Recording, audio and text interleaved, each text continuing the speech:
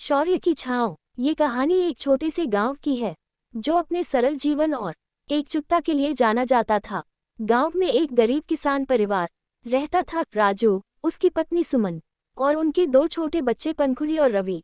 राजू दिन रात खेतों में मेहनत करता था ताकि उसके परिवार को सही से जीवन जीने का मौका मिल सके। परिवार के लिए उसकी मेहनत का कोई मोल नहीं था, लेकिन उसकी मुस्कान और आशा हमेशा चमकती रहती थी। एक दिन मौसम की भविष्यवाणी ने बताया कि एक भयंकर तूफान आने वाला है। गांव वाले चिंतित थे, लेकिन राजू को एक अलग ही चिंता थी। उसका खेत, जो उनके परिवार की मुख्य जीविका का स्रोत था, पूरी तरह से मौसम की मार पर निर्भर था। राजू ने सोचा कि अगर इस बार की फसल भी खराब हो गई तो उनके पास जीने के लिए कुछ भी नहीं बचेगा। तूफान शुरू होने से पहले राजू और सुमन ने अपने बच्चों को सुरक्षित स्थान पर भेजा। बच्चों को उनके दादी के पास भेज दिया गया, जो गांव के बाहर एक सुरक्षित जगह पर रहती थी। इसके बाद राजू और सुमन ने खेत की ओर रुख किया। तूफान की हवाएं इतनी तेज थीं कि गांव के पेड़ पौधों और घरों की स्थिति दयनीय हो गई थी।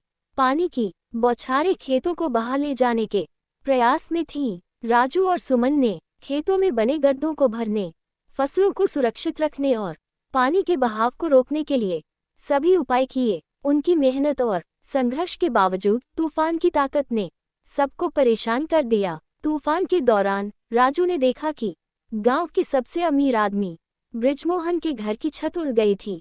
बृजमोहन की इमारत पूरी तरह से नष्ट हो चुकी थी और उसकी संपत्ति की हालत भी खराब थी। बृजमोहन को अब बिना छत के अपने घर में रहना पड़ रहा था, जबकि उसकी प्रतिष्ठा और धन की एक नई सच्चाई सामने आई थी। धन और ताकत एक बार में कितनी भी बड़ी हो, लेकिन आपदा के सामने उसकी कोई कद्र नहीं थी। राजू ने बृजमोहन की स्थिति देखी और सोचने लगे कि उनके लिए बृजमोहन की मदद करना अब उनकी प्राथमिकता होनी चाहिए। उन्होंने अपने खेतों की चिंता छोड़ दी और बृजमोहन के घर की ओर रवाना हो गए।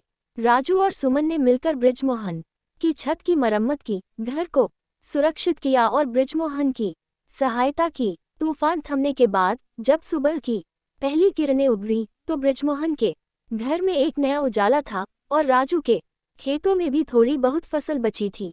बृजमोहन ने राजू की अच्छाई और परिश्रम को देखकर बहुत प्रभावित हुआ। उसने राजू को धन्यवाद कहा और अपनी संपत्ति का कुछ हिस्सा उसे देने का प्रस्ताव दिया, लेकिन राजू ने विनम्रता से यह प्रस्ताव अस्वीकार कर दिया। उन्होंने कहा, हमारी स्थिति तो आपकी सहायता से बेहतर हो गई है। हमारे पास जो है वही हमारे लिए काफी है।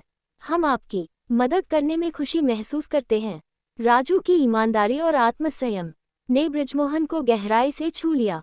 समय के साथ राजू का परिवार धीरे धीरे अपने जीवन को संवारने में सफल हो गया। बृजमोहन ने भी राजू की सराहना की और गांव के लोगों को एक आदर्श प्रस्तुत किया। उसकी कहानी अब पूरे गांव में एक प्रेरणा बन गई थी। ये कहानी हमें सिखाती है कि कठिन परिस्थितियों में भी अपने सिद्धांतों और नैतिकता को बनाए रखना सबसे बड़ी उपलब्धि है। दूसरों की मदद करना और सही मार्ग पर चलना ही जीवन की असली सफलता है।